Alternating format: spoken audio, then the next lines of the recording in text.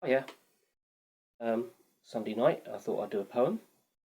That might be the usual time I do it in future. Um, this one is called Beginning and End, and I think it was inspired by the desire to have a writing partner, which is something I've always wanted to have and I've never had. I think the ideal writing partner would be someone who be like a friend who finishes your sentences, like a lot of close friends do. I mean, if you had a friend that did that as a writing partner, you wouldn't even have to think of anything. They could just, by psychic means, finish off your sentence and finish off any unwritten ideas or jokes or poetry lines or plots.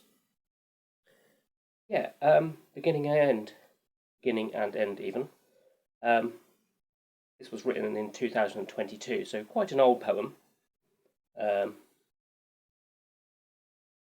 not quite as good as my recent ones, if I say so myself. I quite like it. It's the usual theme of losing a loved one and then regaining them. I don't think this is actually real, but certain bits in this are inspired by real events. Like I always wondered why when you went to see a medium, you have to be in the room to get in contact with people from the other side. And I always thought it would be funny if you could be walking past a building and the person who comes through by the medium would be trying to contact the person just a few um, centimetres past the building's wall outside the building. But that's just a bit of a laugh on my part. Um, anything else in this? I don't think so. Oh, there is a reference to REM, I think, in this. I think one of the lines is "Sweetness Follows," which is a song by REM.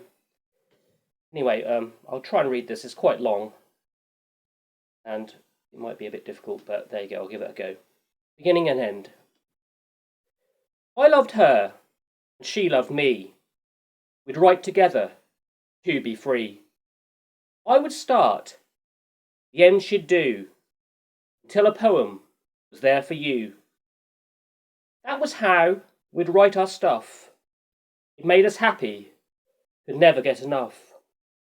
But when our time had to cease, it felt like a puzzle with a missing piece. She went away, I don't know where. Do you exist? Are you still there? I started drinking. My mind went hazy. I saw nobody. I went quite crazy. I was out of control. But things did change. Because something happened that was quite strange. I walked past a cafe, and by the door, a medium spoke, like I had before. I went in, and it was the same. Our beautiful ritual played out again. I began a sentence which she would end. A message from her that had been sent. It went against all you'd assume. You don't have to be in the room. Be contacted by a spirit guide. You can just be walking outside. And we said, as you pass by, out for your drink, maybe it's time for you to think. You don't have to go there anymore.